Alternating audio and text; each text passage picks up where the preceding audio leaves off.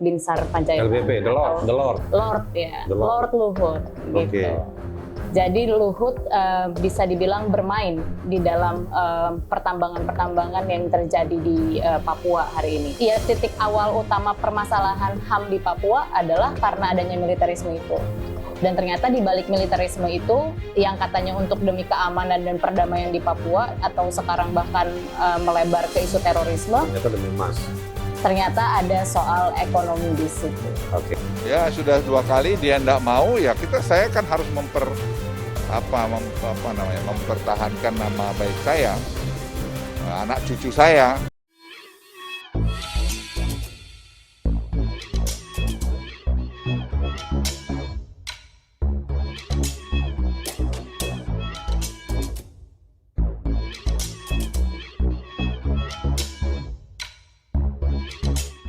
Tonton video ini sampai selesai agar Anda tidak gagal paham.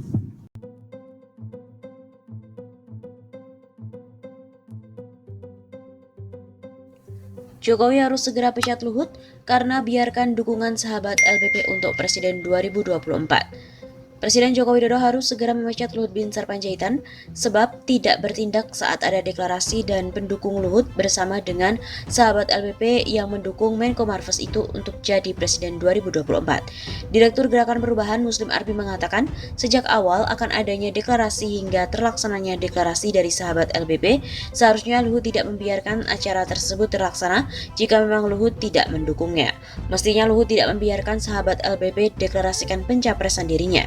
Dia harus mencegah itu, karena kalau tidak pembiaran itu dianggap menusuk Jokowi dari belakang. Bisa saja dalam hati Jokowi ini si Opung mulai berkhianat.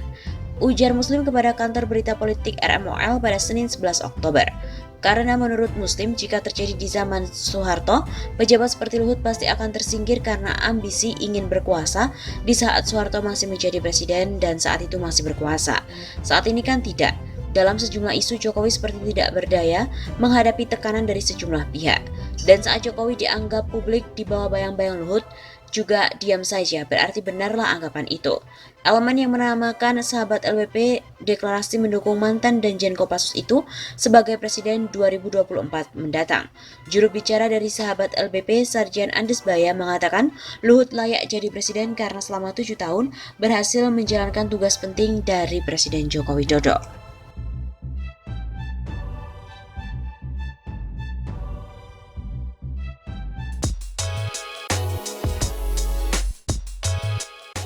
Muncul deklarasi Luhut Presiden 2024, Jokowi masih berkuasa kok udah kampanye duluan.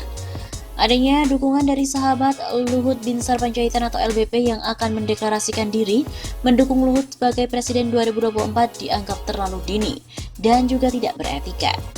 Hal itu telah disampaikan oleh Direktur Gerakan Perubahan Muslim Arbi menanggapi adanya sebuah poster dari deklarasi sahabat LBP yang mendukung Luhut menjadi Presiden 2024. Yang akan diselenggarakan di Cafe Bintang, Jakarta Pusat pada Sabtu 9 Oktober. LBP juga masih jabat sebagai Menko, tapi sudah siapkan deklarasi sebagai Capres 2024. Kebagian atuh, ujar Muslim kepada kantor berita RMOL Selasa 5 Oktober. Menurut Muslim, tindakan itu diduga merupakan agenda di luar sepengetahuan Presiden Joko Widodo. Muslim juga menyayangkan sikap Luhut dikarenakan masih menjadi anak buah Jokowi, akan tetapi sudah menunjukkan kepentingan pribadinya.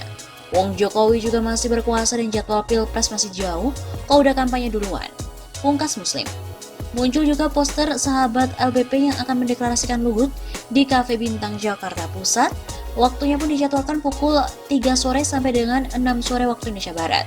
Judul deklarasinya dengan tema Deklarasi LBP for Presiden RI 2024. Dicantumkan juga dalam poster yang memasang foto Luhut dengan berpeci itu sebuah nomor handphone yang diterangkan sebagai kontak person media.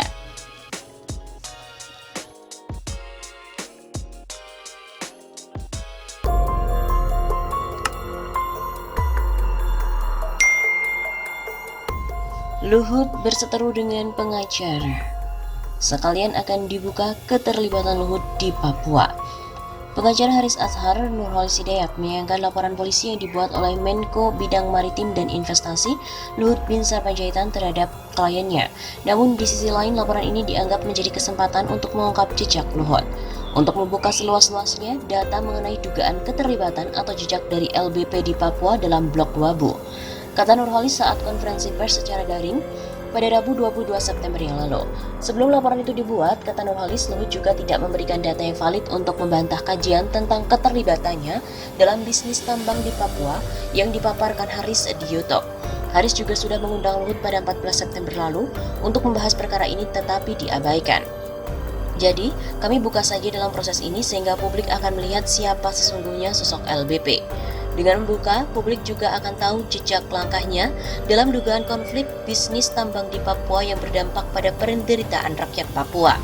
Luhut Binsar melaporkan Haris Azhar dan juga koordinator Kontras Fathia Maulida ke Kepolisian Polda Metro Jaya. Keduanya disangka telah melakukan tindak pidana pencemaran nama baik, pemberitaan bohong, dan juga menyebarkan fitnah.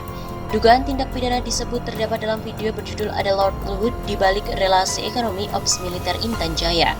Jenderal Bin juga ada di akun YouTube Haris Azhar. Dalam video itu, Haris dan Fathia membahas hasil riset sejumlah organisasi seperti Kontras, Walhi, Jatam, YLBHI, Pusaka tentang bisnis para pejabat atau purnawirawan TNI Angkatan Darat di balik bisnis tambang emas atau rencana eksploitasi daerah blok Wabu di Intan Jaya, Papua. Salah satu yang diduga terlibat adalah PT Toba Komdel Mandiri, anak usaha Toba Sejahtera Group yang sahamnya dimiliki oleh Luhut. Luhut polisikan aktivis. LBH ikut mengomentari, mestinya cukup beri klarifikasi dan bukan tindakan represif.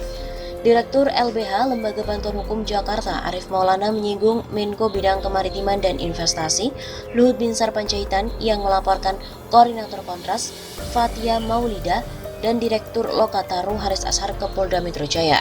Menurut Arief, semestinya Luhut cukup menyampaikan klarifikasi atas penyampaian riset yang dilakukan oleh Haris Azhar dan Fathia, tetapi yang terjadi malah bertindak secara represif. Arief mengatakan bahwa apa yang disampaikan oleh Haris Azhar dengan Fathia itu menjadi bagian dari kritik terhadap pejabat publik. Pun yang disampaikan keduanya itu berdasarkan riset atau penelitian. Apabila ada informasi berdasarkan kajian, maka semestinya direspon dengan cara yang setara, bukan malah dibalas dengan somasi atau bahkan pelaporan pada pihak yang berwajib. Kalau ada sebuah informasi yang berbasis kajian, mestinya direspon bukan dengan cara represif, bukan dengan cara somasi atau bahkan mengkriminalisasi seperti yang terjadi pada hari ini, kata Arief dalam konferensi pers yang digelar secara virtual Rabu 22 September. Mestinya kemudian disampaikan klarifikasi, kalau itu tidak betul cukup klarifikasi saja. Dengan adanya klarifikasi itulah maka dialog antara kedua belah pihak bisa terciptakan, bukan malah yang ada melakukan ancaman baik melalui hukum pidana maupun hukum perdata. Karena itu Arief menyayangkan kalau Luhut pada akhirnya malah menyeret Haris Azhar dan Fathia ke jalur hukum. Jadi saya kira sangatlah tidak patut ketika kemudian informasi yang berbasis kajian akademik kemudian dijawab dengan kriminalisasi.